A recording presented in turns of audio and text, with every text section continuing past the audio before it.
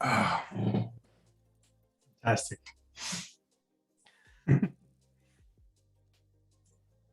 Well, there's a bit of a delay on it, but we are live, yeah. There we go. All right, perfect. Well, I'm going to bust out and say welcome, Cardano 720, and let's do our diligence first, get some drinks. I got myself a Buna behind. I have no idea what it is, but it's 18 years old, so it's got to taste good.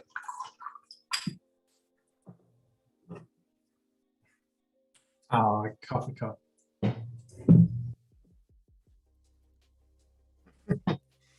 Well, cheers. And welcome, guys. Welcome. So this is going to be the Cardano 2021 Summit Special.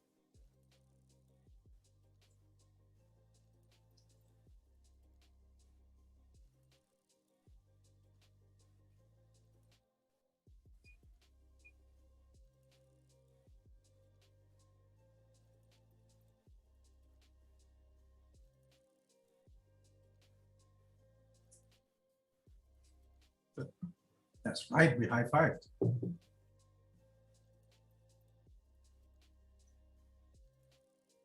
Oh, I wasn't on the system speaker.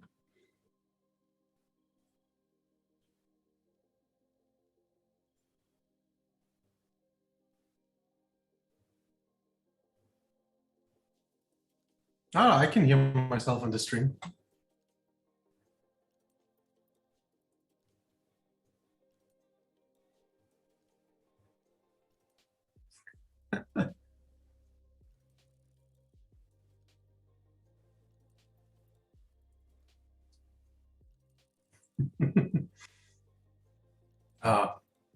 Technical difficulties. We're sorting that out.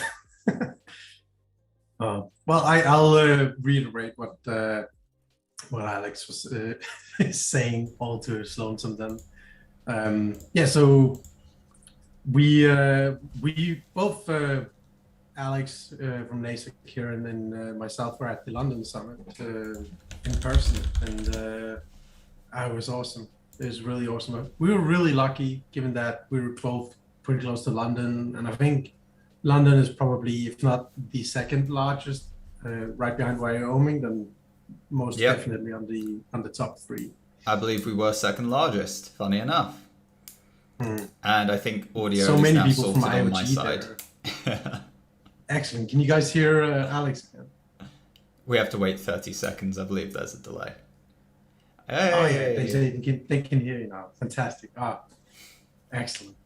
Welcome everybody. Welcome. Welcome all. Thank you very much. Cheers for the heads up.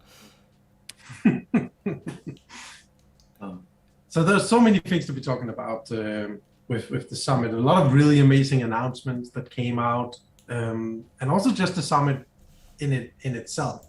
I know, for one, that I missed out on many of the announcements live and had to go back later because I got caught up speaking with so many fascinating people at the event, both IoT and other people from the my peasant peers from the community.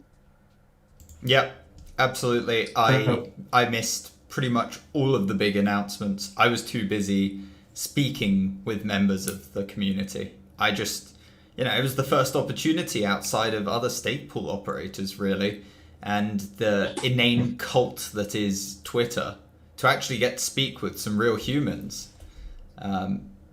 And I loved it. It was brilliant. It was great. Is there anyone in particular that you met yourself, Nani?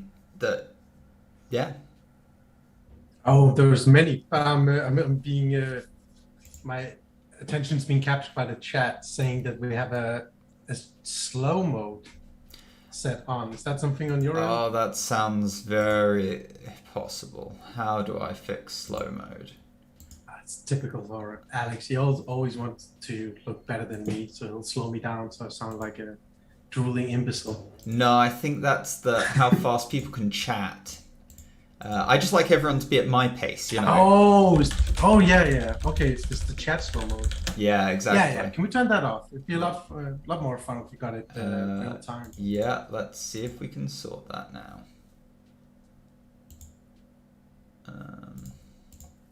Sorry about that, guys. We don't want to inhibit you. Yeah, no. Feel free to abuse us in real time. Exactly. Let us know in the channel what you're drinking. I know we got a bunch of people from the East Coast at the moment, so I mean, no excuses. We don't really care what time it is. Gotta pop the bottles. Those are the rules. We only do this once a month. I'm sure your family will understand. I'm not seeing how to turn off this damn slow mode. This is very frustrating.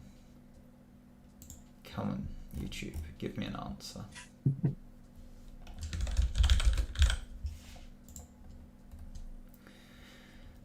Live control room, streaming, create a live stream, settings, click live chat, settings. Right, I don't know if we can change it now that we've gone live. That's frustrating.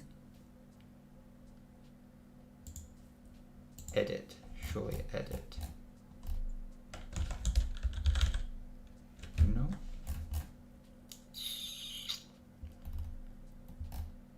I don't know how we resolve this one, I'm afraid. This is very frustrating. Slow mode, haha!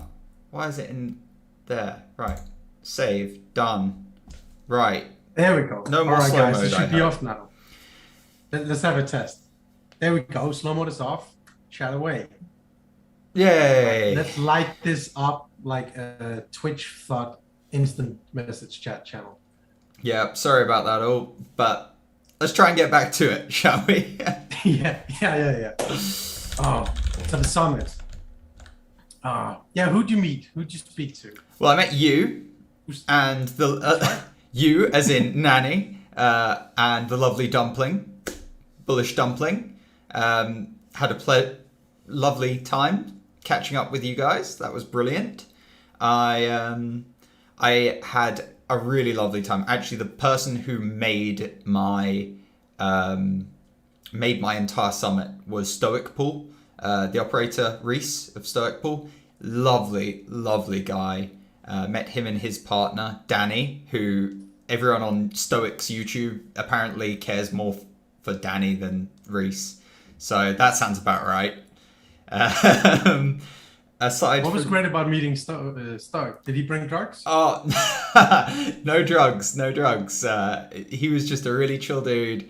He talked like a sane person. He's got a project that he's trying to manage to pull off, NFTs relating to ticketing systems, and it's challenging, but it's smart, and I like that he's acknowledging of that. I met Alan from World Mobile, and I got my World Mobile swag. After criticizing them in the past, I thought it was good fun to get to criticize them and challenge them in real life. Alan was actually a really good guy. What else have I got? I met so many people. I don't have names for you, but I met a developer who's building a game that is blockchain based for Cardano. And I met some people from traditional finance, which I thought was really cool. It was really great to see normal individuals looking to integrate Cardano into what they do every day. That's a real use case. That's a real way of using Cardano, ADA, and I was really thrilled to see people like that there. So yeah, I met a few people. I met a few people from the traditional finance there as well. I think that they were there in a personal capacity. The people you met, were they there on behalf of the company? I met someone who's looking for alternate financing or alternate investment forms for green energy investments, and we had a good chat, and we've had some follow-up chats since the summit. It was it's been really productive from many ways. That there may well be some business that NASEC as a company does with those individuals. So it's exciting. World Mobile Token to the moon. You don't know me well if you think that. No, World Mobile Token. I have so much to say on World Mobile after speaking with Alan and challenging him. He was an informed person, but he was honest. So he admitted to me that they haven't resolved all of the challenges that they're facing, and that most of what they're doing is not yet developed, and that essentially the World Mobile Token was just a way of raising capital so that they could get on and start building infrastructure. You got nothing there yet in terms of actual blockchain usage. And they're going to be a side chain anyway because of what they need to do. NASEC to the moon. Cheers, Cardano newsflash. Let's dig into that, because World Mobile Token is one of the silverbacks in terms of the community. Absolutely. Favorites in this. So my thoughts on it is, first of all, it's really nice to hear that there's that transparency for the developers and what they have, what they're working on.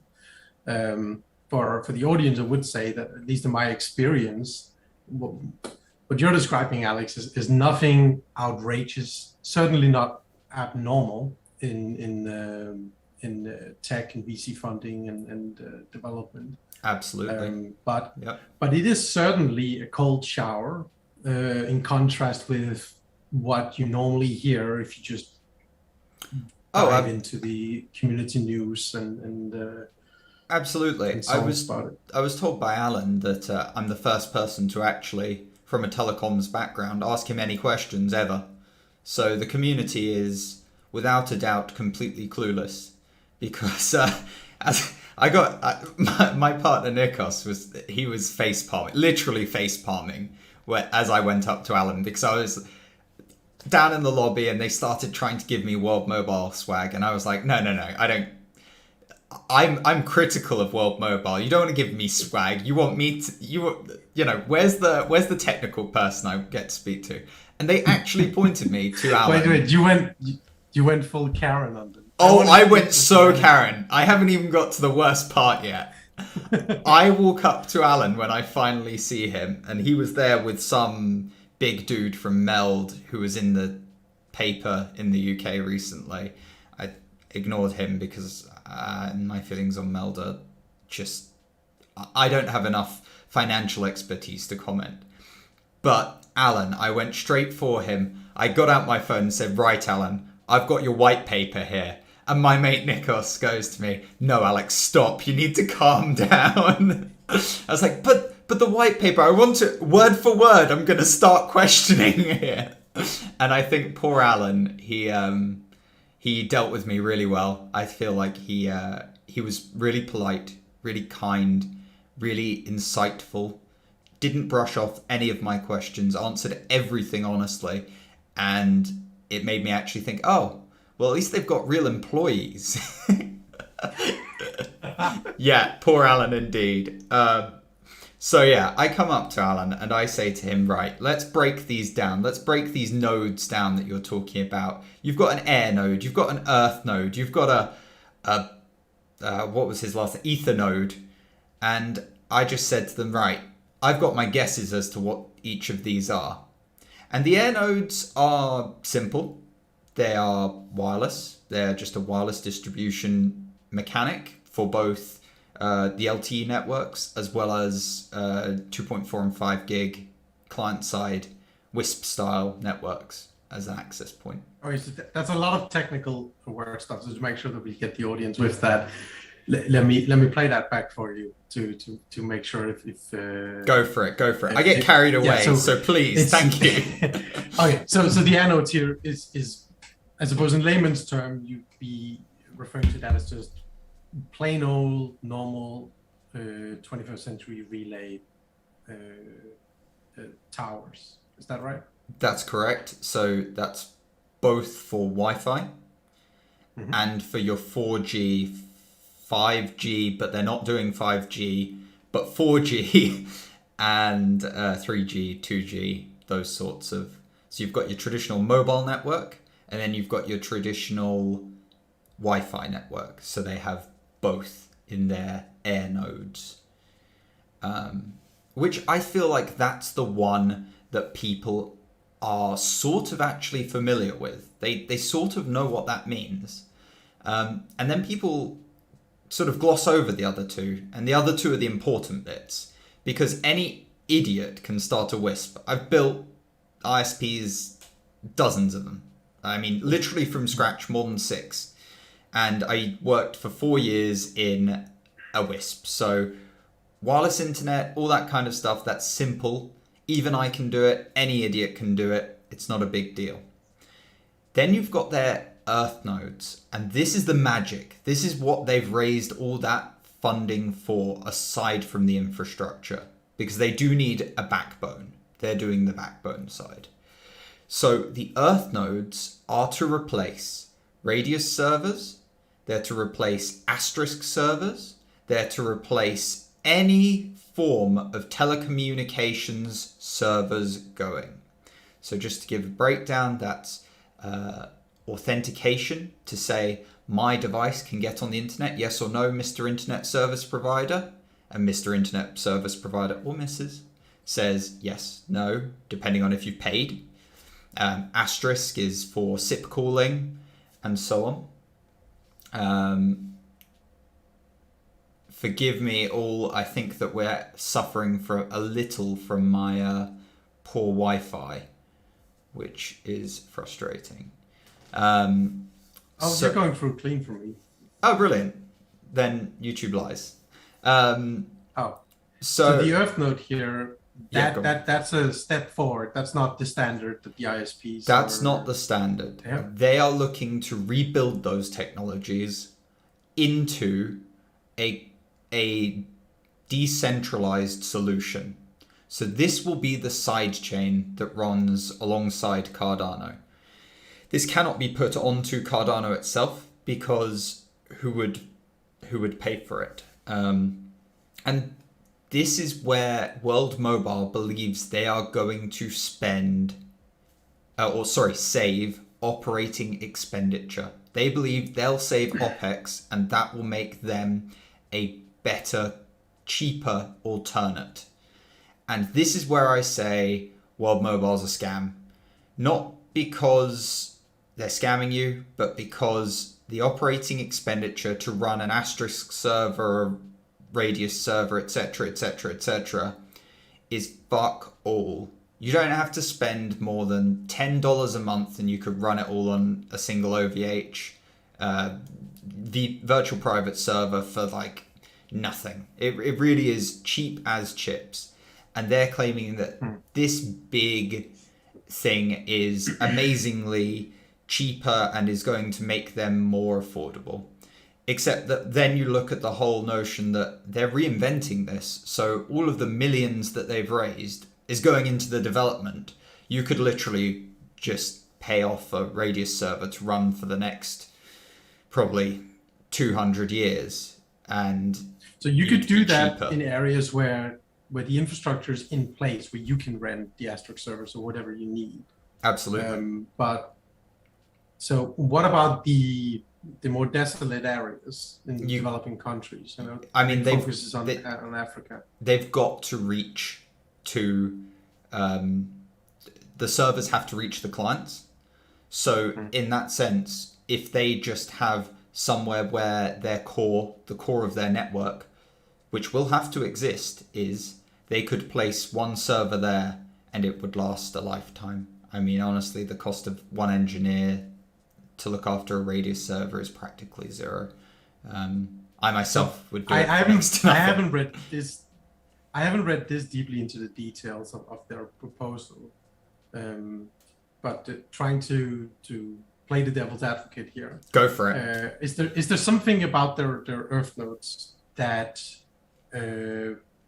makes it a better mousetrap for setting up infrastructure in these unintegrated areas. So there's a value an proposition in batching together a bunch of things, but is there also a value proposition in like, this is why it's also easier or cheaper to set up in completely new geographical territory? There is one answer I was given, and that is that the way that it is being built in a decentralized way, rather than having a single database that a company owns, is that it is decentralized. So no one person controls the database of the Earth nodes. But then I said, okay, that makes a lot of sense. And I thought about it later into the evening, and I wasn't able to ask Alan this question myself. But I realized, hold on, those Earth nodes, though, they're only operating over the World Mobile infrastructure, over that backbone that World Mobile is building. And simply, if World Mobile doesn't exist, then those are useless anyway. So it's just as centralized. It's pseudo decentralization in my books. Right. It's so yeah.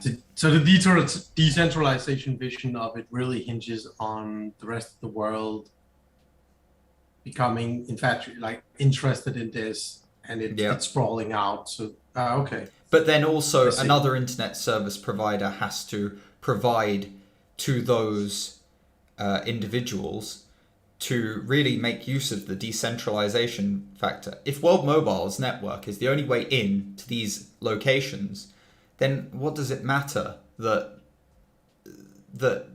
it's decentralized? In essence, it's still a centralized network, and these people are still reliant on one company. But I got the best, most honest answer from Alan, and that is simply that he said, we don't have all the answers, but we're trying. And it's the same as any startup, just like you said, Nani, that basically they're a startup. They're trying to make something happen. They're trying to make this wireless internet service provider solution work at scale in these remote locations and provide a benefit to people. And I can't argue with that, because I'm an entrepreneur at heart, and that's honesty. They are their own ISP, Cadababo.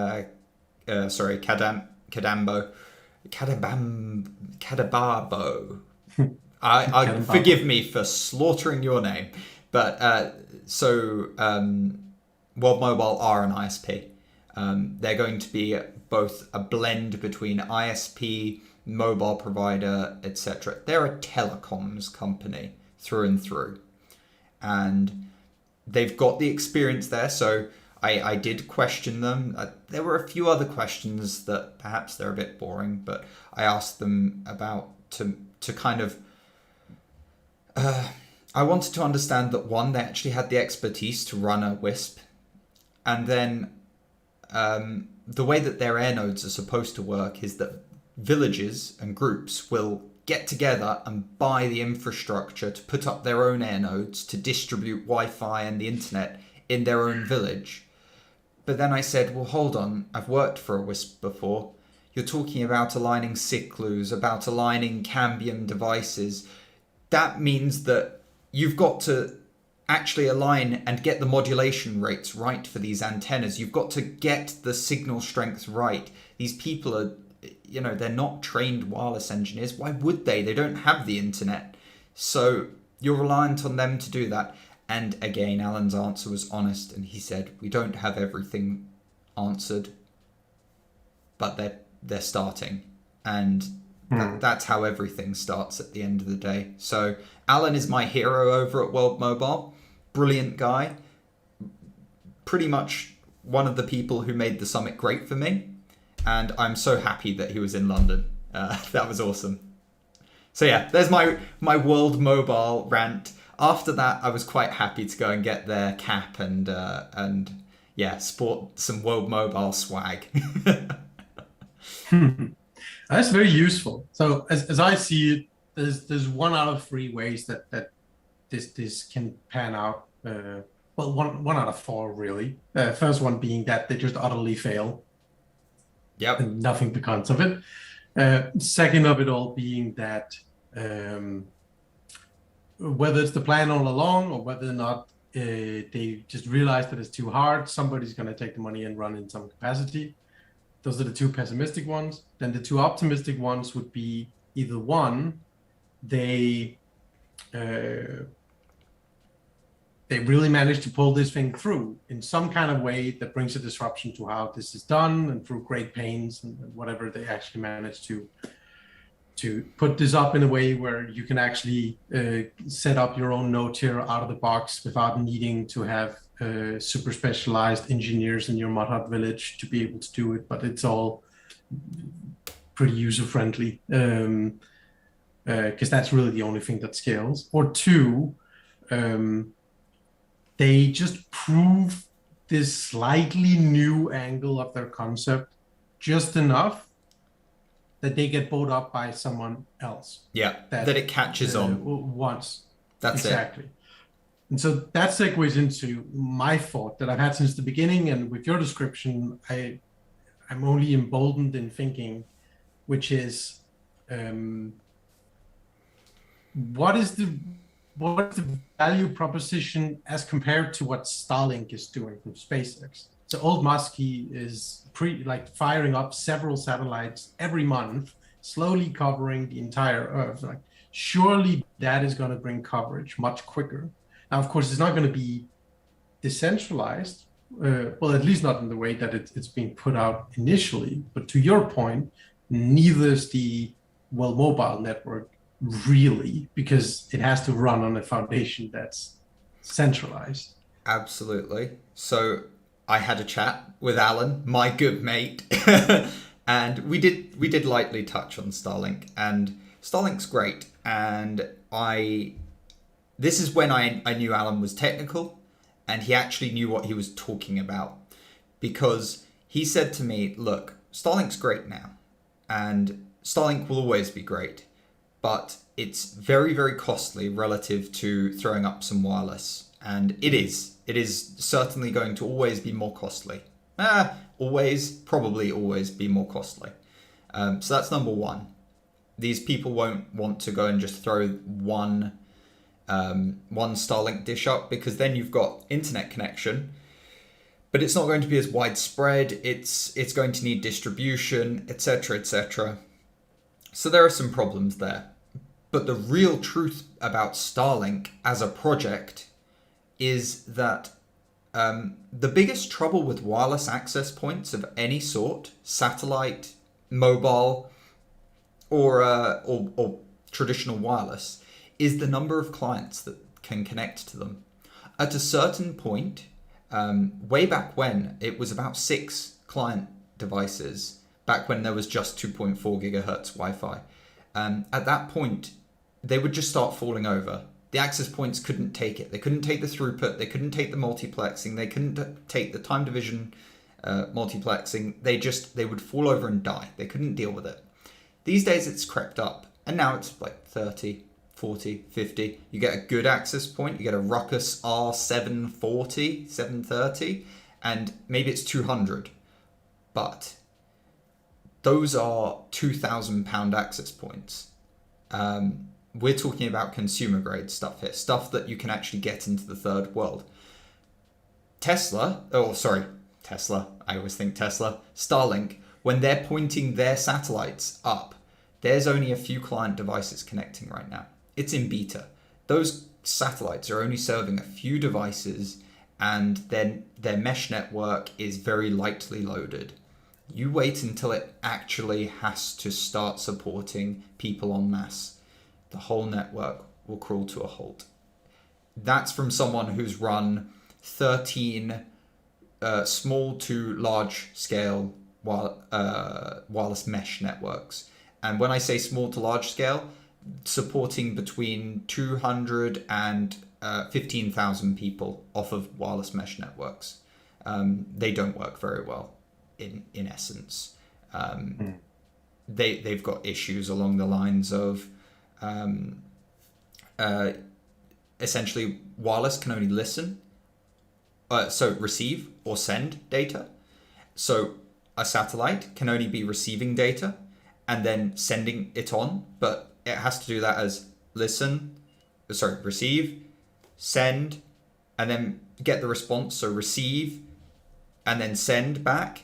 And you've actually just got a lot of latency that gets introduced. And the more clients you have, the more reduction you have.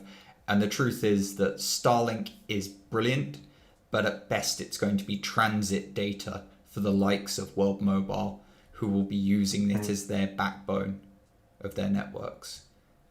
That's what I truly believe. It sounds like there's a case for the two kind of networks to coexist. 100%.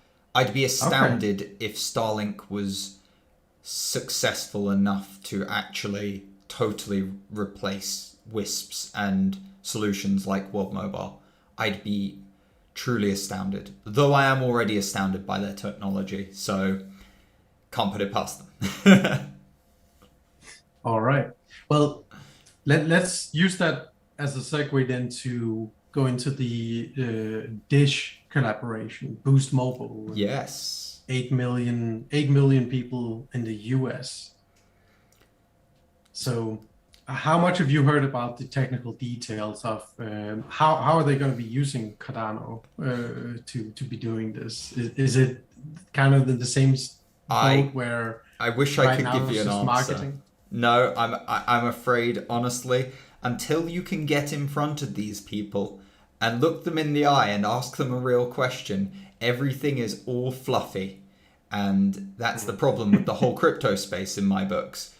The whole thing is fluffy, and I want real answers to real questions. And until I manage to get in front of people myself and say, "Hi, my name's Alex. Tell me about this," I don't know. I don't know about the Dish stuff. I know as much as anyone else just listening to it.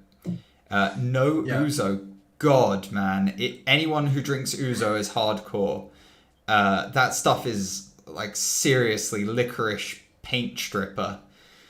Oh, there's a bottle of Ouzo in some Greek hotel I left. But no, I don't know about Dish. What have you heard, Nani? Give us a rundown. So I haven't dug into it deeply yet. My impression is about the same as you say, that it's very fluffy right now. Charles even said in his opening announcement when he first mentioned this that they approached. It was not a long time ago, so this is not something that's been like half a year or years in the making. I believe he said weeks. If not, he said like 1 or 2 months ago. It's a very short time ago that Dish actually approached IOG. So I have no firm impression of what any actual technical plan or roadmap for blockchain interaction with this. I'm still bullish and optimistic on the news of it. If nothing else, then because these mobile carriers are in such a strong position to be spreading exposure to Cardano. And so even if they're not, I mean, they are not going to be coming up with a fully integrated blockchain solution as the first thing we're going to see from them.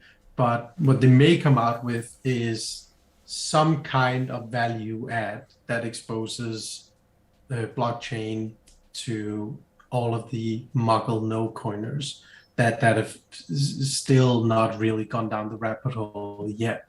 And seeing a marriage, seeing something embedded into something as brick and mortar as your phone mobile carrier, I think it's gonna give a lot of people a little boost of courage to say, all right, I'm gonna look into this blockchain thing and like figure out what's what. Yep. I absolutely agreed with you. I think that anything. But I'm certainly not champing at the bit to be buying any Dish stock or anything like that at this point. No, I agree. I think that the notion that there's real companies out there now saying, look, this is an established thing. We don't know what Cardano is yet. Financial operating system, who knows? Maybe if someone takes it and runs with the ball, it will become something totally different. But Cardano is a fantastic technology, and people are looking to how they can leverage it. But not just people, real big industries, companies. That's key. These are the first, the first people to go and run with it. And we could see some big success from that. It's exciting. Oh, yeah. But how? God only knows. We'll leave that to Charles and the boys to sort out. Fuck knows for now. But hopefully they're going to be able to give us some more concrete technical data on that and not just ghost us for like a year. Getting high on the marketing. Yeah. Oh, by the way, guys, if you enjoyed these drunken rants of nonsense, please spread it out, retweet or whatever. Get the more people in here as possible. It's we're not drinking for fun here. We're drinking for you guys. So if you find any value in it, make sure you share the love. We want to have the more the merrier. It gets sad when we're alone and drinking. Oh, we've got each other, man. We've always got each other. That's true. Well, one other, speaking of the marketing fluff and where's it going to go and all of that, Meld. I want to speak a little bit about Meld. So go on. I did not get a great first impression from Meld when they first came out. They got some brownie points from me in the concurrency Discord that happened where they actually stepped up and gave some technical answers to their approach to be solving this, which like for me was the first impression that I got that they're actually doing stuff that they have some semblance of knowledge about.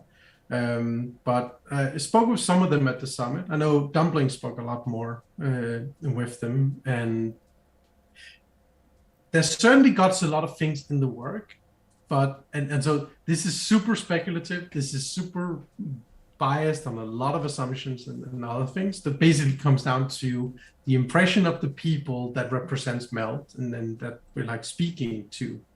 Out of interest, do you have names? Just out of interest. I do not. I'm useless with names and faces, so don't worry. Yeah, no, I archived them in my brain. It's like, oh, they're Meld people, and then I didn't really have any use for remembering the names. But the CEO was there, like all their like executives and pretty big people were at the London summit. So this is nothing more than just the coffee cups, like 6 cents or first taste on the impression of it. But they put a lot of focus on they got so much VC funding backing and they weren't, you had to kind of pull out of them like the whole, what are you doing? Oh, like, yeah. Not just what is the promise? What's the like, what's on the docket? Like, why are you worth anything? Just there's a lot of talk about, this is so promising. This is so already.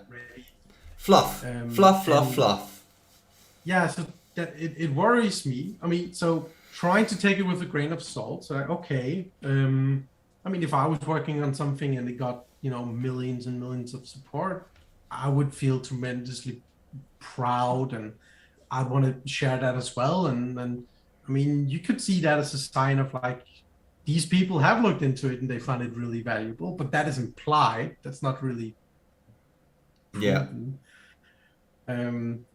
But the fact that the people who are supposed to be the generals, the flagship representatives of this project, choose to focus on that rather than trying to focus on, here's what we've solved. Here's why we're doing something that's going to change the world in some small way. Mm-hmm. That's red flags to me. So that's not to say that like that they're not going to do that or they can't do that, but it certainly caused me to clutch my pearls and my purse a little tighter to my body. And Yeah, I don't really have any more to add than that, and it really only is my own, at the time, slightly inebriated impression from the executives of like Meld and nothing concrete to it with that. So to any of the listeners, well, we haven't really given the initial disclaimer. That's probably important. I'm a coffee cup and he's British. So like, if you want financial advice, go elsewhere. This is all entertainment and educational purposes. Yeah, so that was my two Lovelaces on Meld. I don't really have anything else to add at this point. So I mean, they seem to be trucking on. I've spent let's say all of my experience talking to Meld after I released a couple of videos slagging them off a bit, claiming that 6 WordPress developers from Vietnam are getting $6 million to go and build Haskell smart contract, and it's going to be a banking protocol, and that's all the information we've got. I thought that was a bit rich. I maintain that state. I spoke to Hai, who came to defend them in my own Discord channel, so that was really good of him. Anyone who's prepared to talk technicals and sort of try to defend yourself, that's great. But Hai, he just basically didn't like what I was saying, even though what I was saying was facts, and he agreed that he could prove nothing else. All he did was send me through screenshots of GitHub commits. I don't know what was in those commits. It could have just been like cascading style sheet color changes for all I know. Absolute bullshit. I've spoken with Hai, like I say, and he seems technical, but there's nothing there, or there was nothing there last I looked. A lot of his employees are people straight out of uni or 1 year out of uni or ex-WordPress developers, and I hesitate to think that these are the kinds of people deserving of millions of dollars.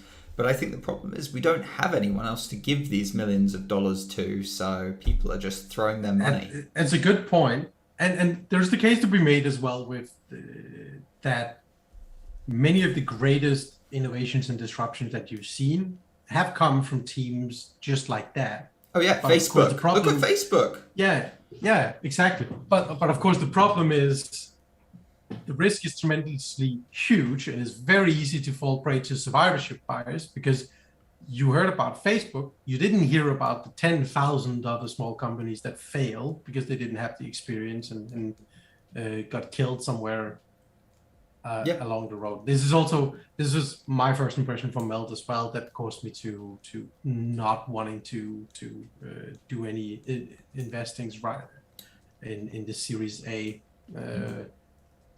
Because like the team seemed like they're not that experienced, and the CEO or whatever his title was had a small string of startups, which is not a bad sign in itself, but it's not positive either. It's I would say it's not positive. And his experience, if I recall correctly, is like working 5 years as an actor or something like that. There wasn't like any half a decade as a some relevant hard expertise that that you would need in that, like in finance or as an engineer or exactly. You're looking at the kinds of things that I feel like we're the only sane two people when it comes to that. What you say makes sense. The only other thing that I'd add is that when talking to Hai, I said, "Look, man, why have you spawned all of these pools? You're not even using half of them," sort of thing. And he actually didn't understand, or no one at Meld understood, that tickers are not unique and that anyone can just clone it. He thought he was reserving Meld 7 through 10 or whatever. And when I pointed out, okay, so you don't need those pools and there's no point. So, what might you remove them, just to try and make Cardano look a bit more decentralized? Because we've got this kind of problem where we're not very decentralized, but we want to at least sort of allude to it. And he said, yeah, we'll shut down a few pools. And then later said, no, we're not going to do that. So they're out for money. They're out for, raising as much cash as they can, dodgy as heck. And that's my take on them. Yeah. But there's nothing wrong with being out for the money. It's all just about a matter of being transparent about what is the exchange of value that's happening. What is it that I can do that you need, or vice versa. Absolutely. I'm the biggest capitalist going, but capitalism in my books is about not just simple arbitrage, taking money from someone, swapping it or swapping pieces of paper. It's about producing value. And I would love to see them produce something of value because, heck, it's going to make me wealthier if they can. So I've got nothing against them. No, absolutely. I'm rooting for every Cardano project. My general sentiment in the crypto space at large is that we're very much right now in 1999. We are going to have a gigantic HTML bubble burst, both in NFTs, and we're going to see that in these various blockchain collaborations or blockchain projects in itself. And from the very fertile ashes, we are going to see the Amazons and all of these truly valuable propositions that will persevere through it all because they actually have like strong value add to it. So my own take on it is I am very conservative with my ADA. I'm very much I think Guru refers to it as a layer one maximalist. But definitely I am keeping my ear out. Like as soon as I hear that there's something being offered, that there is a tangible value proposition, I'm very interested to buy into that, both for my own greedy capitalistic sense, but also because I want to support that. I know how important it is to be able to get that fuel when you're trying to get something off the ground. And I love to give that. But I only want to give that to someone who's deserving. And I'm taking the lazy route in that because, of course, you need it the most when you don't have anything. And I'm taking the lazy approach where I'm saying, listen, I'm only really looking into Series B investing here, which means you've got to already achieved something. Exactly. You've got to already raised money with bigger risk takers than me. And put some kind of a value out and then looking to grow more. And that's just because I have to be lazy because I don't have a lot of time in my day. And being an investor in Series A on the very first round is so difficult and time consuming because you need to really understand everything and not just about what you're investing in. You need to know everything about all the competition as well. Lest you're going to be, left hanging on a dud of some kind. But I digress. I think we're done dropping on Meld. Yeah, I reckon so. I suppose we should probably come up with some sort of not a grading system, but just some sort of rubber stamp. Like what's the verdict on this thing for now? I would say if we go with the Amber model, like red, yellow, green. Oh yeah, sure. Then I would say Meld for me is still like it's a yellow. Like they haven't committed any faux pas, any deadly sins or anything like that as far as I'm concerned. But they certainly have not put anything forward either that to me makes me want to go. Yeah. Yeah, Meld. Okay, I've reopened their Git repo for the millionth time, and there is nothing in there that's making me think that they're actually even doing anything. Wow. Where did that one go where they were going to reverse engineer? They actually created a repo where they were going to reverse engineer Cardano smart contracts to see what they were doing, because they hired a bunch of security engineers, but the answer is it's vanished, or I don't know what I'm looking at. Yeah, they get a red from me. Oh, okay. Yeah, I'm definitely I'm ready to be wrong on Meld. Right. World Mobile, Well, they can have my amber.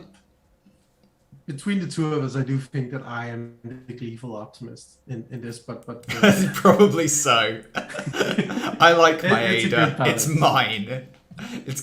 Someone's gonna have to do something impressive to pull it from my hands. That is, well, I cannot disagree with that statement. And speaking of which, I think that's a good segue then into what I think was the most significant announcement that went a little underplayed in its presentation, which is the Chainlink partnership announcement. Yeah, I was light on this one because, as you say, it was quite understated. So, do you want to run us through what it was that made you take notice? Well, so the presentation in itself was just presented as like the webcam conversation, well, that it was, as opposed to many of the other presentations were, well-lit productions and other things that, especially with like Dish and stuff like that, they sat down, they had makeup on, lighting and everything. and Chainlink, that was just like, it was like us. It was a lazy Zoom call set up for good reasons, I'm sure, but it didn't catch the same peripheral attention from many people. So there's not a lot of technical things to be really added at this point. To me, that's also slightly less important because Chainlink has already proven that they can provide a good Oracle service for many other blockchain solutions. Like, we know that they can deliver. Yeah.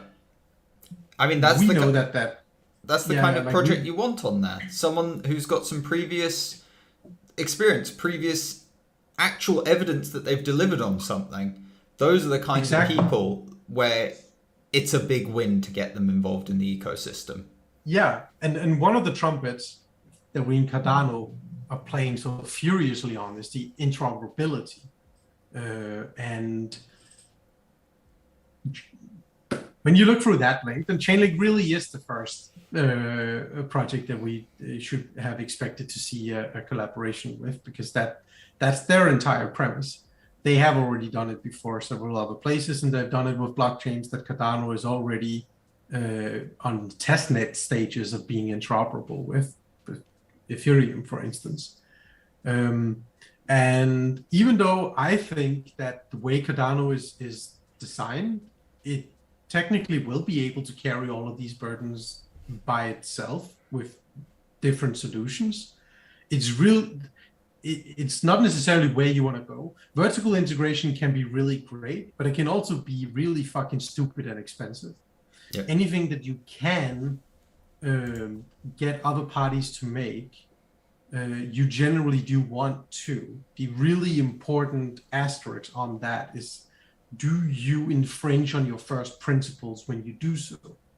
Because if you do, then the answer should be no. But if you don't, then it's great. You offload your burdens. You take care of that. That means we can keep focusing on these other aspects that's really important to us. And so getting the oracles up for Chainlink to help integrate in off-chain metrics, data assets, or like whatever, like that's fantastic. And combining the Chainlink, let's just say metadata, with Cardano's native ASIC token capability and just dirt fucking cheap transaction costs and minting costs, like, it's hard to imagine what we're going to be seeing over the next year of things that's going to pop up, because it is so cheap that there are things, there are value adds that are possible that many people won't even have thought of, because it wouldn't make any sense to do on Ethereum where you need to pay That's absolutely 40 $40 per transaction to even do anything like that. But Chainlink and Cardano together, like, even though there's nothing concrete out yet in the collaborative proposal of it, that's okay with me, because as you put it, well, they've already proven it. Yep. They already have skin in the game, and they're definitely bringing back the bread. And I'm so very excited to see what is going to come from that, and I'm curious and nervous to see how much of a collaborative effort is it going to be. Is it just going to be a partnership in the sense that, listen, we're going to have our intern speak with your intern, and they're going to figure out some sort of, or is it actually going to be that they have some larger project that they're actually trying to design and develop together, or anything in between all of that? We don't know that yet. But Chainlink is certainly a recognized player in the space. Cardano is undeniably so as well. So if I were to put 8 on it, I would say I'm expecting for there to be an actual collaboration on something. I think that they have designated tiger teams on each side that are working on stitching this family quilt together. I reckon you're absolutely right. And I am so excited about Chainlink because the notion is that they've already been successful. So I'm confident that they will be successful again on Cardano. And then the beauty of that is that other entrepreneurs, other businesses are going to look and say, hey, look, Chainlink's over there on Cardano, and they're making a fortune because they're doing X, Y, Z. They're running an Oracle. They're doing whatever it is that they're doing. And as soon as one person succeeds, everyone's going to want to start competing because they want money, because they want to be, we could do that for a slither cheaper. We could do that better than them and charge more than them. You know, entrepreneurs are going to get out there and then try to do it themselves. And that's where Cardano comes alive. Right now, Charles Hoskinson, when smart contracts launched, he wore his Ghostbusters outfit. I'm sure you remember. But you tell me, is Cardano still a ghost chain? Yeah, okay, we're sending tokens back and forth. But we've had smart contracts now for a month or so, and there's over 200, there's well over 200 smart contracts now on chain. And you tell me, how many have you used, Nani? Come on, be honest. Brutal honesty. How many have you interacted with? We're still in ghost chain in that sense. I think I really like the analogy. I think it was Charles himself that also brought that up with the multiprocessors. So when the multiprocess CPUs first came out, no application supported it. No application supported it, and all of the applications that came following it were like, they were running horrendously on it because they were only utilizing one of them. It's a fundamental shift of how you needed to actually create your programs for it. Yep, that's it. Creating smart contracts for UTXO. EUTXO, yeah, you had it, mate. is fundamentally different from how it's set up on account-based blockchains. Exactly. And it is more difficult. But it's more difficult for a reason. It's a feature, not a bug, because what you're getting out from that is a system that is formally verifiable, where you're not going to have the same stupid fucking ass exploits and just irresponsible security flaws that we've seen on Ethereum, on Polygon, and all of these places where hundreds of millions of dollars are being lost. We don't want a Cardano classic. That's the answer.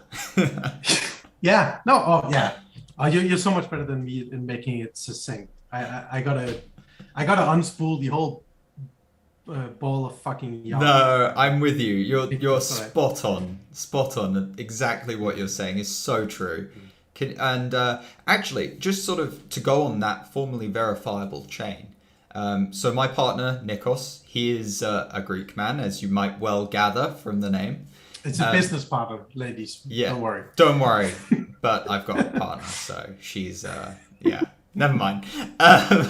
So yeah, Nikos was actually both at the London conference. I believe you met him, or I introduced you briefly. But also he was also in the Greek conference. So Sapio pool, Greek Cardano stake pool, ticker Sapio. They ran a small summit party in Athens. Yes, Ouzo. No, even Nikos doesn't drink Ouzo because no. So yeah, Nikos at 6 p.m. on the day, he was there talking to Agalos, the chief scientist of IOG. He went and found a stairwell in the London summit to go sit in and talk to him on. And yeah, he was posing him questions. And one of the questions was something I've asked in the past. And that is that how is it that, or did Agalos believe that there was any gap in his theoretical research papers getting translated into the actual code, the Haskell that runs the Cardano nodes, etc.? And we got a great answer. So Agalos himself is involved in writing the code itself. You know, he is formally writing the mathematics behind the cryptology in Haskell with the team there. And that we know for a fact that what is in those research papers that I saw as one of the most valuable things about Cardano is literally by the same person writing those papers, or one of the team writing those papers. They are helping to translate that into the Haskell all the way. And I feel like this is something that's not mentioned anywhere, and yet is so important. So wait. So shut the fuck up, because we need to reiterate on this. This is really fucking important. I didn't know this either. So to put into perspective, so both Alex and I have worked in various different types of big tech companies in the past, and currently. So just first of all, the idea of having design principles, formalizing them, and then making a plan based off them and writing that out, like that doesn't happen at all. It just doesn't fucking happen because people are way too narrow-minded. The system is designed to give you bonus based on quarterly performance. That does not mesh with actually long-term planning. And so that's not how it's done. It's the whole like move fast, break things, knee-jerk reaction, incremental improvements, bullshit. So just having like the approach that I understood Cardano has, which is all right, we're doing first principles, we're making a plan, we're checking it twice. No, that's a different one. And then like trying to implement your code to the best of your ability along the lines of that plan, that in itself is laudable. Absolutely. But if they're actually going through the troubles of translating the formal mathematics into the code, that's way above my expectation of it, which was already high enough that I'm like 97% of my crypto investment is an ADA. Like that was enough for that. But holy shit, like that is big. That is really, really big. That's the kind of thing that is not going to pay off over the next month. That's not going to pay off over the next year. This is the kind of thing that you only realize if you either look for the answer like you did, or when you do a lifetime documentary on this 10 or 20 years from now, and you're asking yourself, how the fuck did this thing take over the entire world? That's it. And you go back and you find that answer. That's it. Wow. And I what's astonishing to me is they do put forward that they are this research-based company, but getting research and actually then what normally happens is some guy who's got a load of money takes a bunch of research, gives it to a bunch of coders and says, yeah, make this into a program and we'll go sell it. But IOG has gone to the people doing the research and they've said, right, you're the people who know what this is supposed to be. You're supposed to, you're the people who truly understand this. Let's get you in a room with coders. You yourself can understand code to an extent, and you make sure that the mathematics, the formal understanding of all of this is perfect. That's key. We are, that is long-term, lifetime, just goals really for what you want from a coding project. And normally you just don't have anyone who actually really understands what they're doing, what they're building. I myself get stuck given things saying, oh, Alex, go build this in your day-to-day life. And I go, well, I don't understand what this means. And you ask the person who gave it to you, and they don't understand because they were given to it by like 6 more people up the chain. So you end up with my half-assed implementation. You don't end up with the original researcher's implementation. And that's what's key here. We're getting that original researcher's implementation. And I think this is the first place that's actually being stated in English, which is quite entertaining, really.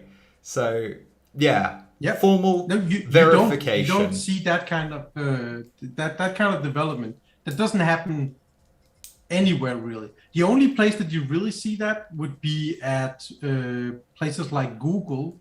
But that's not because they're planning for it, it's because they have so much money and they don't know what to do with it. So they have hackathons where they let the developers pretty much just do what they want themselves. And so they have the freedom to come up with the bottom-up great solution approach. But even then, that's still a world apart from this. So since we're getting some questions in the chat about like if we can expand on this, I'll do one over on it, a second round, a 720, so to speak. So the way that work is normally delegated on, programming, technical development here is that you have from some level, top on down, some idea of the company wants this thing to be made, this project, this capability, this feature, or whatever needs to be designed. They already have an idea. They have a vision of where they want to be going. And so they want you to figure out how to implement, how to get to that. So that's not what Cardano is really doing. I mean, they do have the vision, but they'd say, all right, we have a vision, this dream of the end results in this.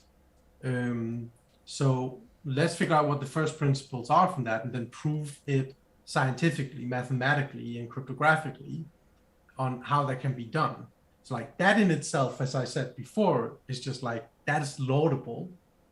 That's more than what 99% of all the big tech companies do of diligence when they attack a new piece of work.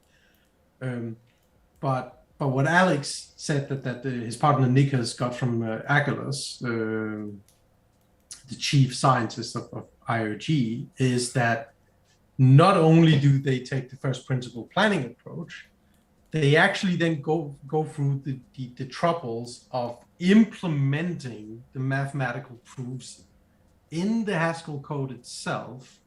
So it's not just that, oh, we have a nice piece of paper, which is what you often hear from dissidents to Cardano, like the opponents, other maxis, is that, oh yeah, it's just a nice marketing fluff to have these research papers. All you're really doing is writing a paper. You could write it retrospectively, right?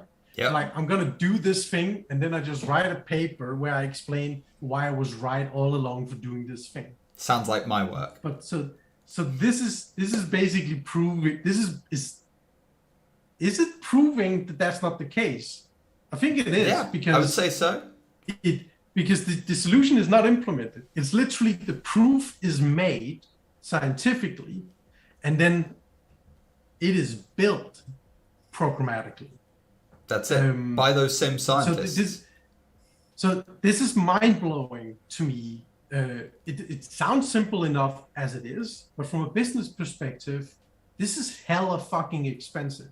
This does not happen unless you have some fiery, passionate leader like Charles Hoskinson, like like Elon Musk, like the type of person that clearly don't give a fuck about anything other than achieving the particular goal. They're not trying to increase the profits next quarter. They're not trying to make a stepping stone to take over Disney or like some other weird shit. They only care about getting this right. This is not how the world works. No, unfortunately. So it's too expensive. It's mind blowing to hear that. Yeah, it is too expensive. Like this doesn't make any sense from a business point of view. If I was put in a job with like an arbitrary company, and I was put in an executive position or technical director or something like that, I would absolutely not let people work in that way. No, I would only do so if that was at the direct manifesto, for lack of a better word, for the whole company, from the CEO of the company itself, because that is not a good business decision. That is a good scientific decision. This is almost the difference between academics and capitalism. They're at odds to one another, and in this instance, we're actually getting the science meeting the real world, which is fantastic. So yeah, I wanted to share that. I wanted to make sure that others were aware, as I now am, that is just phenomenal. Wow. Oh, thanks for sharing that. That's that to me in itself, like if that would have been put on the screen at the summit, that would have blown everything out of the water. I think you need to learn Greek. Yeah. No, we got to help IOG do some marketing on this, because I do think that, they don't really seem to grasp what is being heard from what they're. No, I agree. What they're saying. I agree. There is a bit of a disconnect. But yeah, it's where we are. Cool. So, on to the next point. What's on your list? I've got NFTs written down because I've been entertained by. So I've got my little Discord community that I hang out with day in and day out. We're just focused around the Cardano space. We focus on technical. There's a price chat in there for the people who want to say, it's up, it's down. And even I'll do that from time to time just for a laugh. But we primarily focus on projects, technicals, and doing stuff.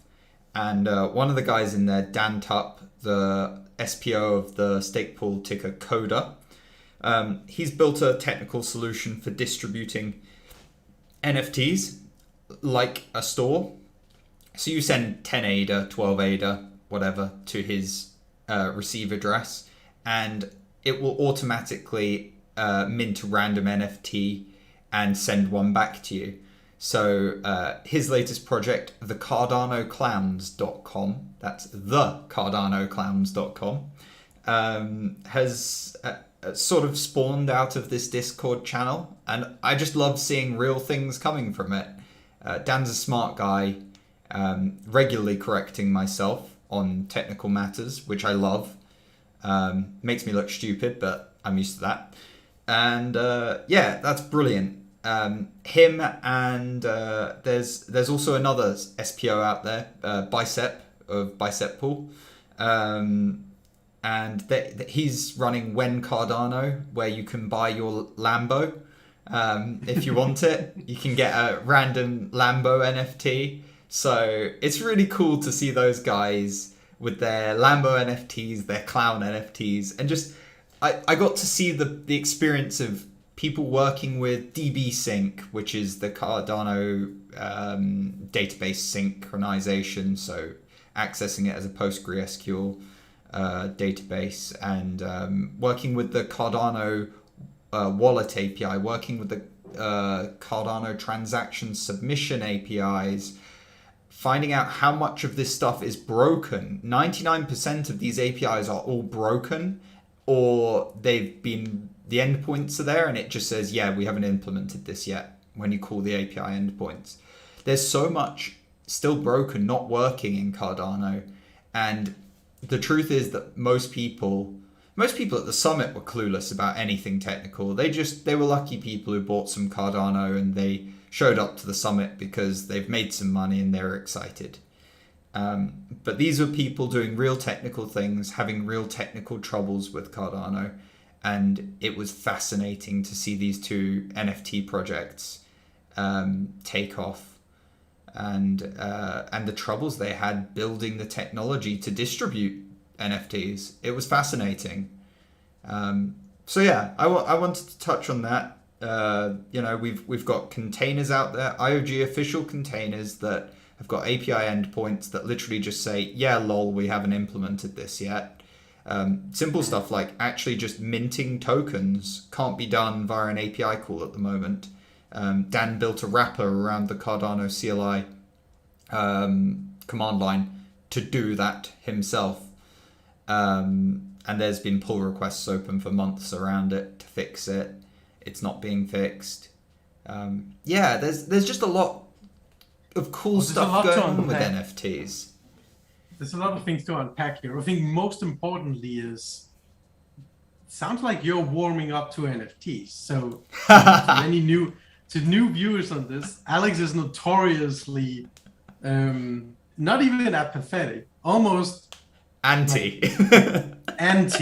like NFTs, like get the fuck off my lawn attitude towards. Yeah. Like, what the hell do we need the NFTs for? So it's cool to hear you're warming up a bit from this because you're seeing.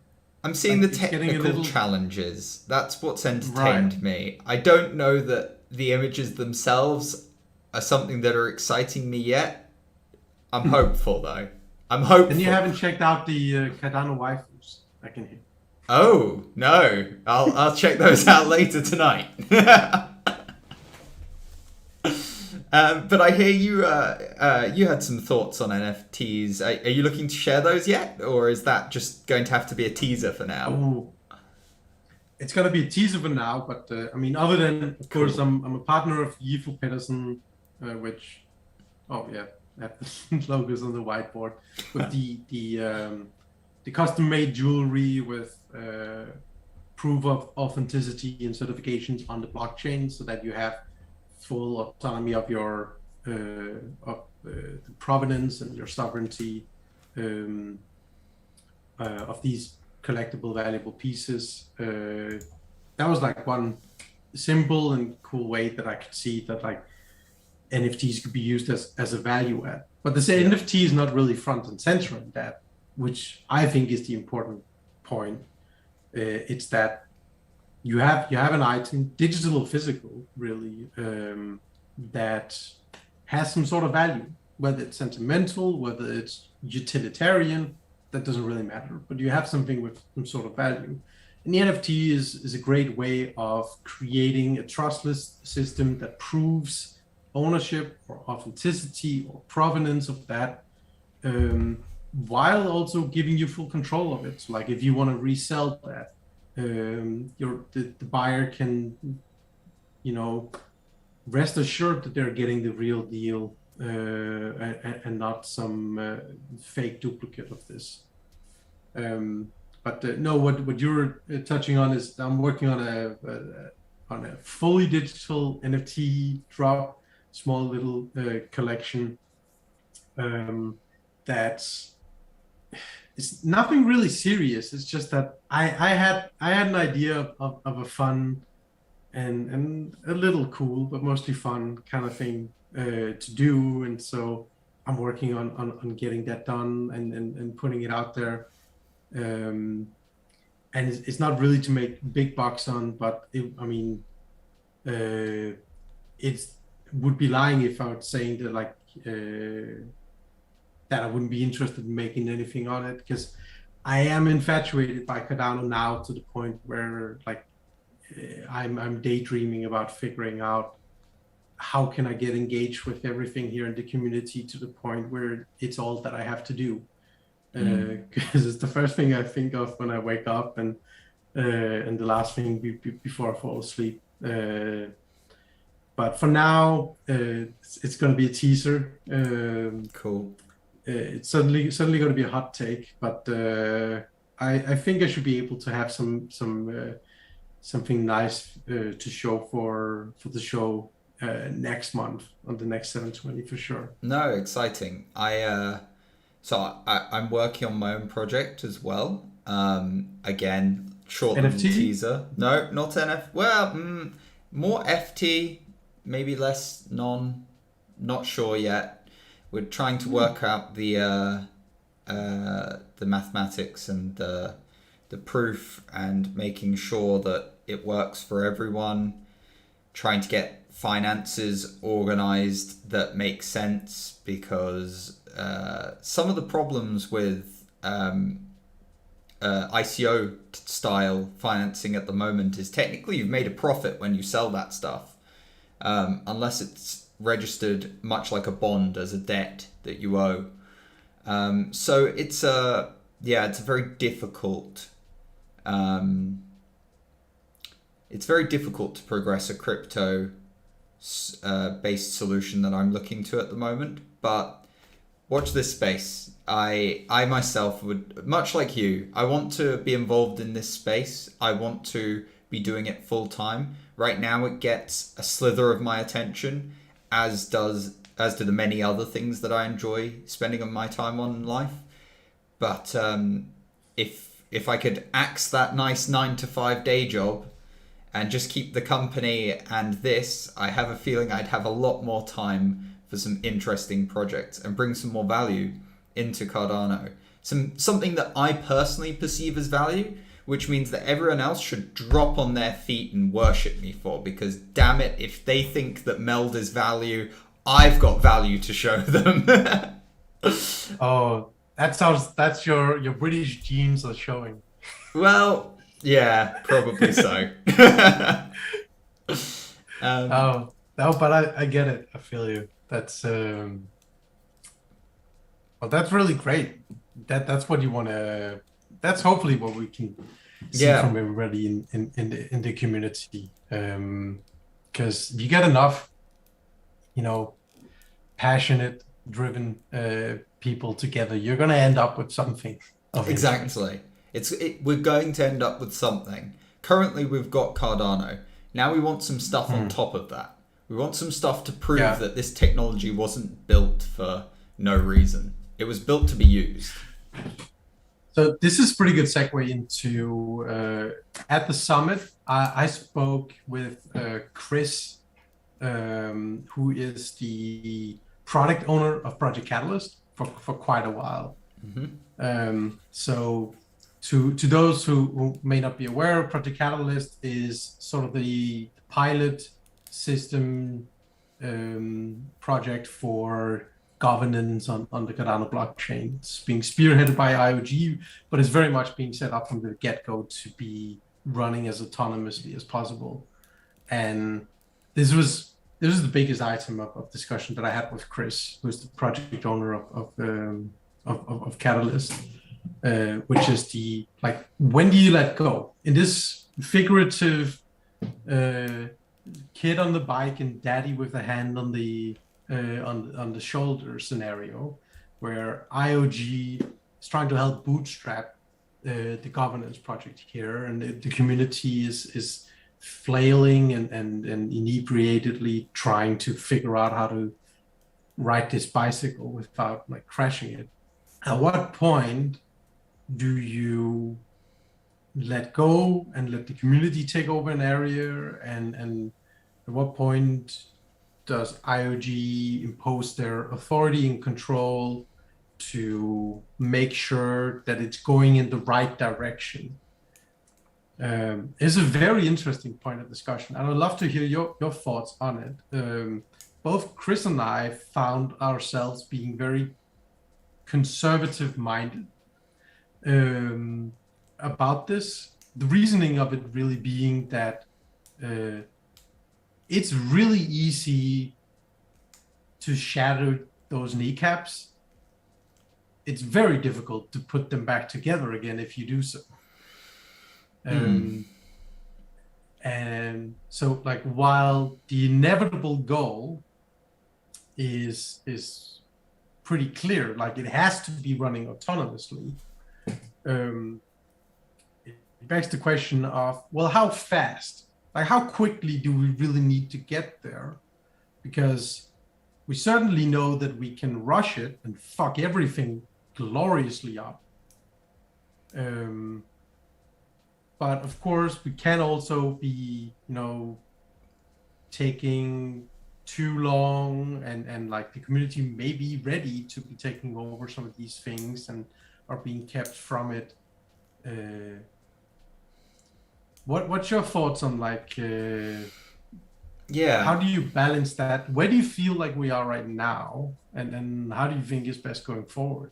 So I had a similar sort of chat briefly with Kevin Hammond, I want to say, the guy that runs some of the calls that you and I have both been on, the SPO calls. No, yes, one of the guys from IOG, British guy, well spoken. We had a brief chat on it, and I think the answer is IOG are absolutely vital at the moment. That's a fact. We're not decentralized. We need IOG. At least, so several ways in which we need IOG. There's DNS endpoints that IOG maintain that are currently patching the fact that we don't have any peer-to-peer. IOG are maintaining all the connections to the exchanges. IOG are maintaining all of the dataless wallet connections, and IOG plus the Cardano Foundation, which will probably remain to be the case, plus Emergo hold the 3 keys required to initiate a hard fork combinator event on the chain. So IOG is our benevolent dictator at the moment. We need Voltaire, I guess. That's a very sweeping statement, and I don't even know what it means fully, because I don't know what Voltaire is, because it's not built yet, really.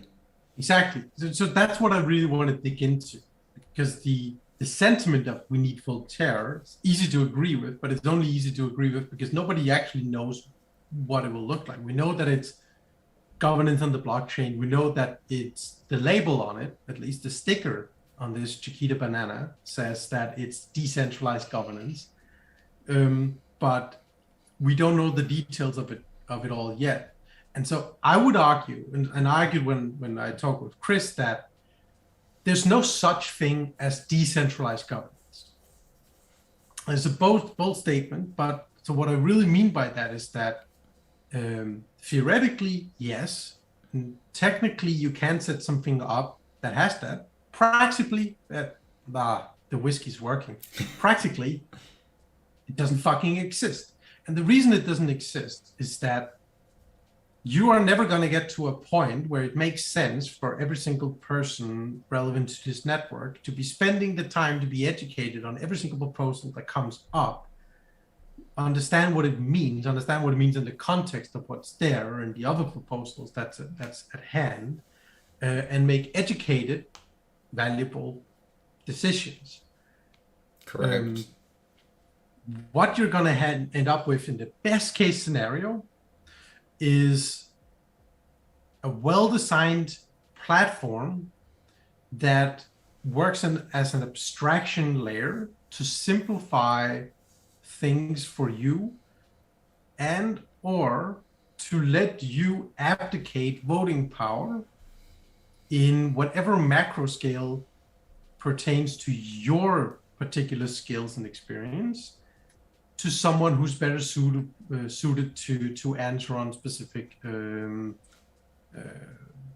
conundrums or proposals or questions or whatever. So essentially, just like an upgrade of our current political systems still. So, but it is not decentralized, really. That is not practical. No, it is impossible. It's not feasible to end up with something like that simply because of rational ignorance. Like the amount of value that it would give me as a stakeholder in the network to be fully educated on all of these things, enough that I can make a great educated decision, it would give me less value than it would cost for me to do so. Exactly. And so I would never do it. And so I'm incentivized in the best case scenario to either just not vote and go like, I'm not going to speak if I don't know it. Kind of a chaotic evil is just, I'm just going to, throw a vote based on if I like the title or like some random shit that doesn't pertain to what I actually in it. Or more of a lawful good, lawful neutral would be that we get the system in place in a way that lets us very transparently and easily appoint vote operators for us, for lack of a better term.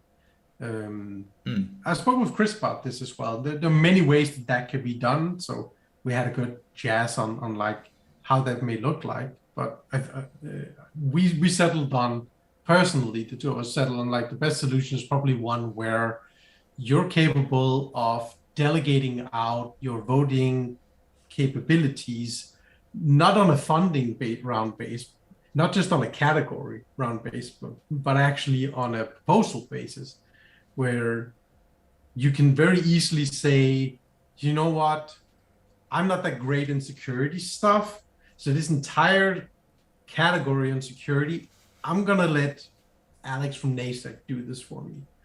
Or I'm pretty fine with all of these things, but there's this one or two really big proposals that sounds really promising or really important, but they're about something that I don't really know a lot about. But I know that this girl knows like a lot about that, so I'm going to give her my voting power in that. I think like that's the future of it, and so of course it's provocative to say there's no such thing as decentralized voting, because the infrastructure of it all is decentralized, but I do think that like at the end of it all, on the bottom line of like who's making the decisions of this, fully decentralized network, no, it doesn't make any fucking sense. Agreed. At all. And it's not gonna happen. So coming to terms with that, the sooner rather than later is going to be for the better, because that's going to allow for us to design the systems that will give us the best possible outcomes. I mean, I think you're right. And so I've not read many of the research papers, so don't think me a douche for saying this, but when I read the Ethereum Classic Treasury research paper, which is the first research paper that IOG ever dropped, it was a bit rough and ready. Even some of the mathematics was wrong, and even myself and Ria, a former stake pool operator, were able to prove that some of the mathematics and formulas and things were wrong on these peer-reviewed papers. But what we noticed was that they actually had this design in there, delegation of vote. And that's what concerns me about multiple stake pool operators, because essentially stake pool operators are being set up in a way that they are going to be the public faces of the network. And when people are going to want in the future to delegate their vote to someone they perceive to being brilliant, an authority on Cardano, they've got, hate to say it, but YouTubers, people who aren't freaking, they have no idea. You look at the likes of BitBoy, whose stake pool, I believe, hasn't minted block since the hard fork combinator event that brought us smart contracts. You look at the likes of... You can't brush over that. I need to stop it. What the fuck is going on with that? I don't know. Some guy put... I heard from my Discord. It's atrocious. It's atrocious service enough to like, all right, missing an epoch because you slept on the fact there's a fucking hard fork. Kind of a big upgrade as well, right? Kind of. So some would say it's a bit important. Slightly significant. He probably knew about it, right? Smart contracts. Yeah, he probably heard about it. Maybe pin it in your calendar, maybe.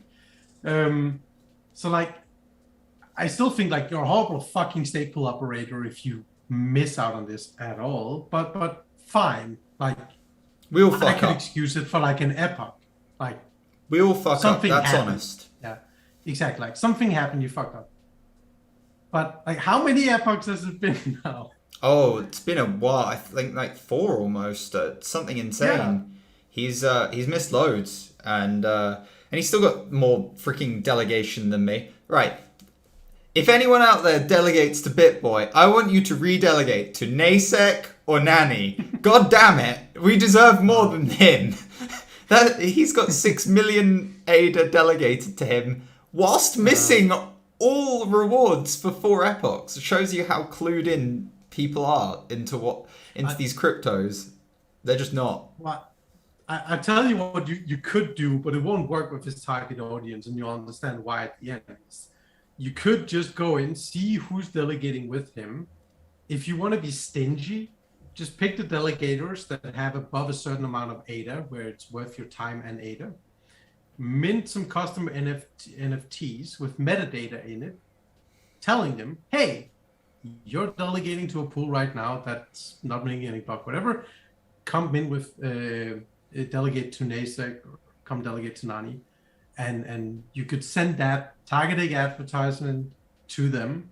They'd get paid for getting the commercials, so I'm sure that they wouldn't be mad about that. Now, it won't work here. And why won't it work? Because they're fucking delegated to BitBoy to begin with. So no fucking chance that they're going to see any NFTs get landing in the wallet. And if they are, they're not going to look into the metadata of it and actually get like your message. No, but the truth is this goes the same for many SPOs out there, and I know that people don't like me for saying it, but the truth is that Bloom, the guy, Big Pay, I found out most of what I know about Cardano in the early days from Big Pay, but he's not a technical guy, is the honest truth. He doesn't really know what he's doing running servers. The same goes for Digi. Clueless. The story goes on and on. These are people who are there to make money out of their delegates because they've built a YouTube following. And I'm not meaning to pick on people. I'm just listing out some big names that I know of.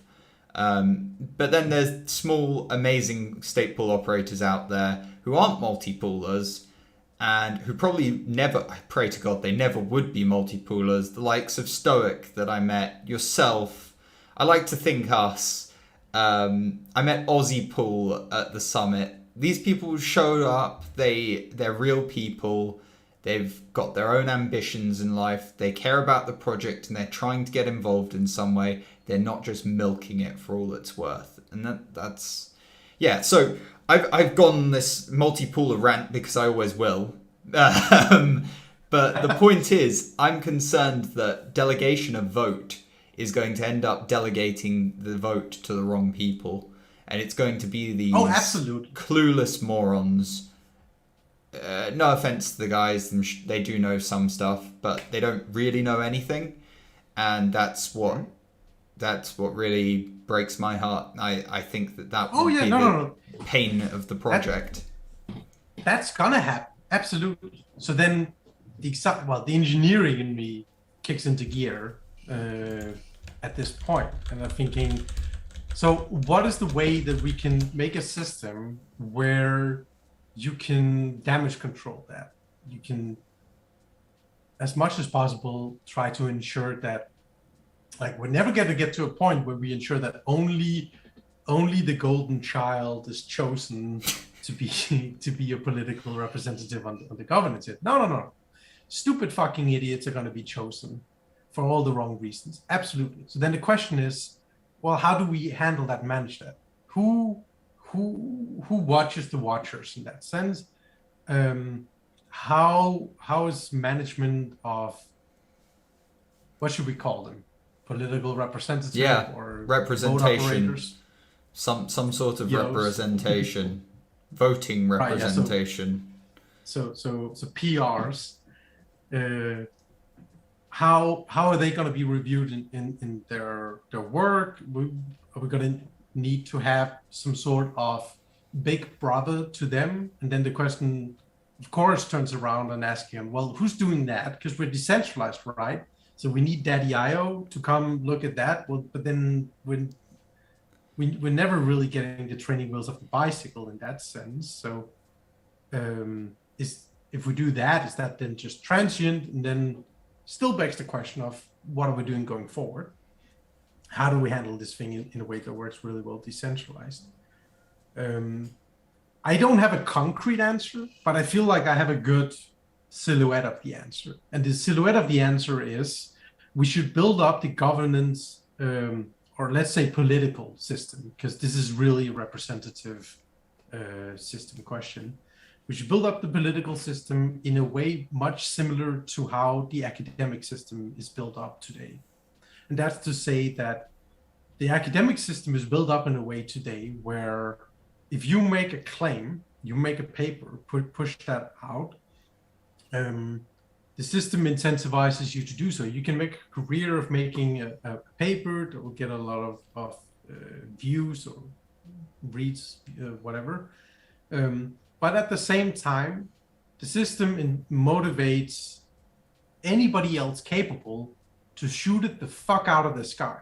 Like you can make your career in academia just as well, if not easier, by just tearing other people's to shreds to make sure that you don't have false messages propagating forward. It's not perfect, and it's never going to be perfect. But if we can get the political system designed in such a way, that's really the key of it. The system needs to be designed in a way that motivates the community itself to act as an immune system to bullshit. Bad boy. Synonyms. Synonyms. Done. If we can get to that point, you can pick an idiot, but then someone else is going to be motivated, which most likely needs to be financial in some sense. I would say it absolutely has to be. You need to make money on exposing stupid idiots. If you can set the system up in that way, I think we're good. It's not going to be perfect, but that's a really great place to start, because then, yeah, you have like open source politics basically. And so, yeah, I'm going to be giving you my voting rights for the next run of founding or two or so, or whatever. But if you're an absolute, door hanger, then either the system is gonna automatically remove the voting rights from you as your rating plummets below something, or I'm simply gonna be able to have the information available that shows me that here are all the Karen complaints that are coming in on Alex that are showing why he doesn't know what he's talking about or whatever. Yeah. Don't have the concrete answer like designed in mind, but conceptually speaking, if we can just make sure that the political system gives financial incentive of some sense for people to tear down each other. Yeah. It's sort of like a YouTube comment section, but you get money from being an asshole. If you could do it in a structured way, then I think we're going to be on a really good path forward. I couldn't agree more. Inversely, the really bad place we don't want to end up in is the black box solution, where you just relinquish, you abdicate your voting right to someone else, like you're doing it in your current political system in most developed countries, where you have no idea what the fuck is going on, like what they're really thinking. They give you promises, but you don't know if that's just to get your vote, but they have no intent to actually chip in their influence in that direction. They'd rather go in another one. I forgot where I was going with this. No, I agree.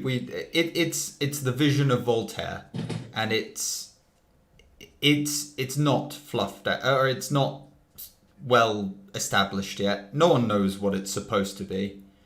I certainly haven't even thought of it to this extent before. But I love the notion of academics and that way that is structured being our solution as well, I really think that could be the best way forwards. Because you'll get people like me who come along and I might not know anything on a subject, but if I can earn some money and I've got technical experience enough to learn on a subject, perhaps I can offer an alternate opinion to someone on something in some way that is of value.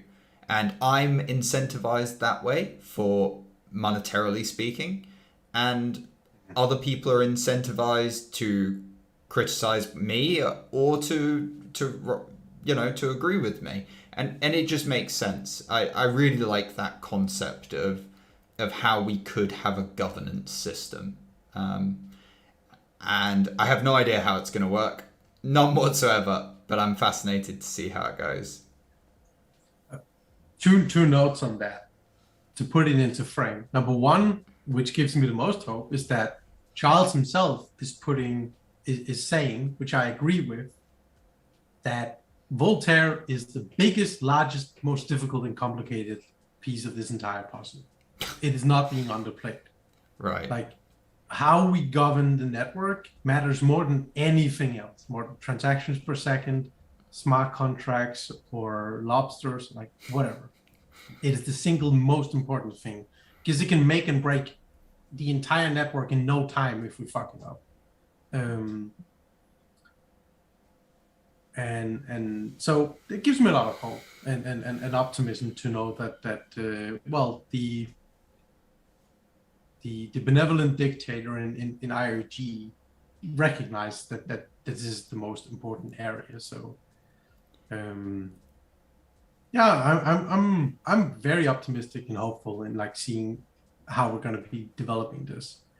But it also what tells me that like we're still very early on in this. There's still risk that's involved. We deliver technically on the network on many things, and we may still end up shitting the bed. Yep. If we do governance in a way that just catastrophically destroys the potential of the network.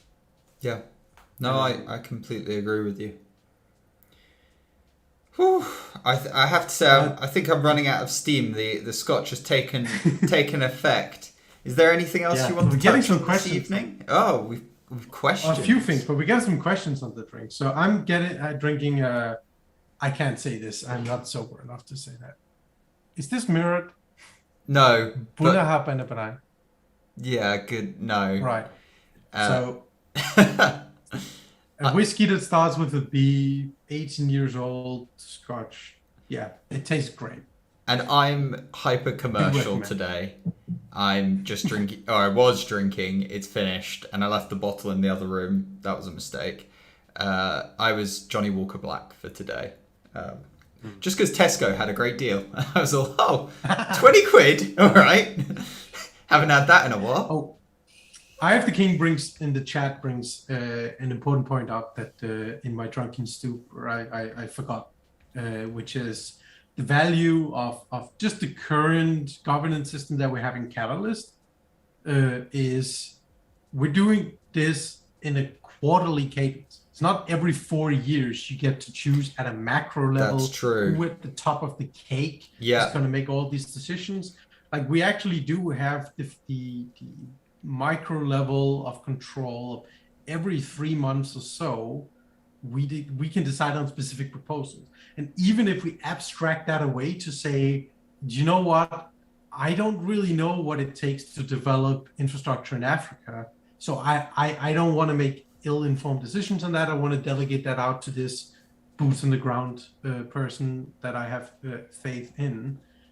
Then I can still change my mind every 3 months. I'm only delegating my voting power on a proposal or on a category basis. Even if I do it on an absolute basis, and I say like, you know what, Alex, you're way smarter than I am. Just vote on my behalf. If I change my mind on that, I can change that 3 months later. It's not all or nothing. Is it you 3 get months? 4 years. Or do we... Well, approximately. Could it be like they haven't committed.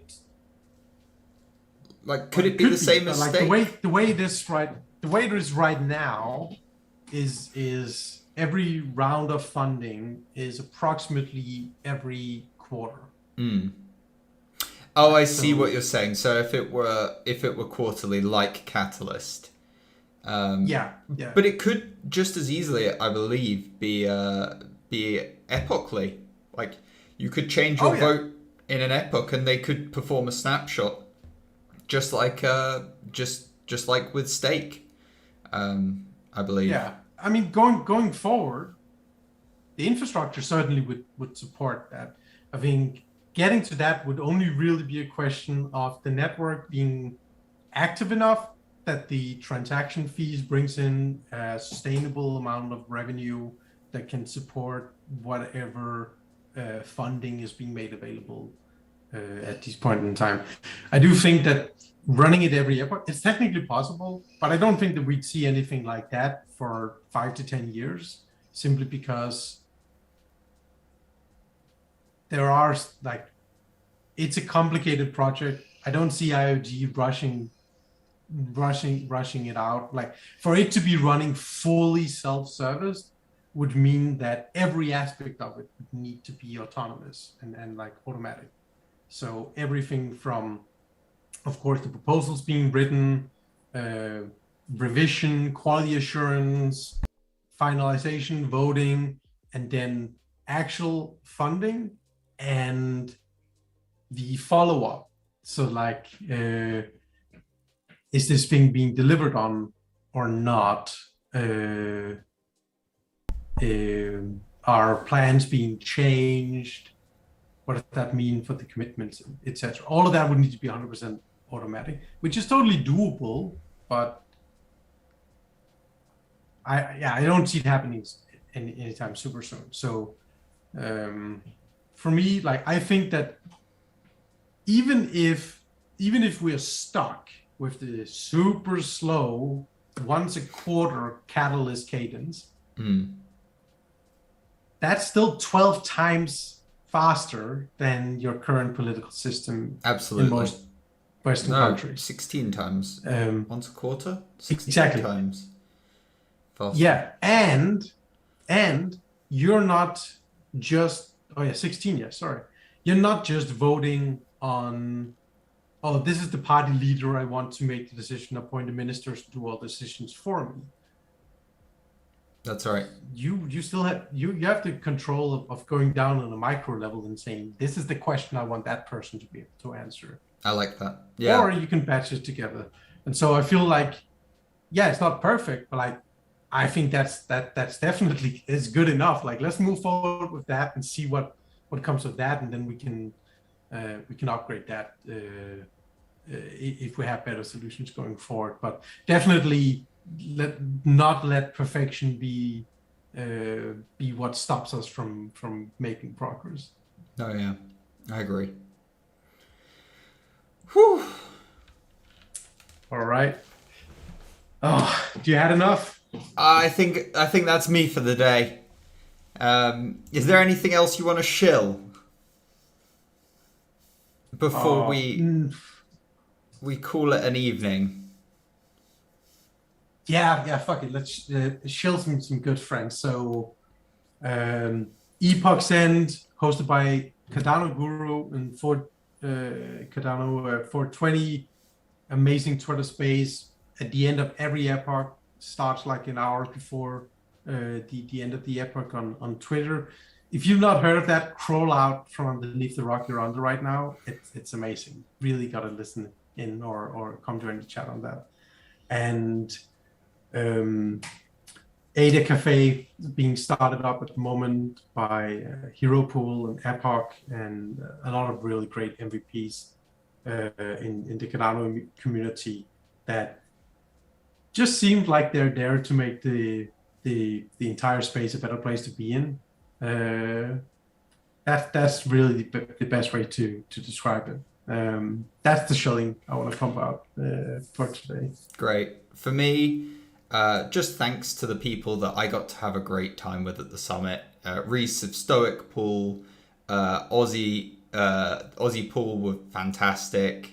And a big thanks to Sapio for the stake pool that ran the Greek summit in Athens, where we got to ask Agalos those questions. That's great. We've been Alex of NASEC and Lead Time Null of NANI Pool. Thanks everyone. We've had a great Cardano 720. I hope you enjoyed the summit, and we'd love to hear from you next time. Bye for now.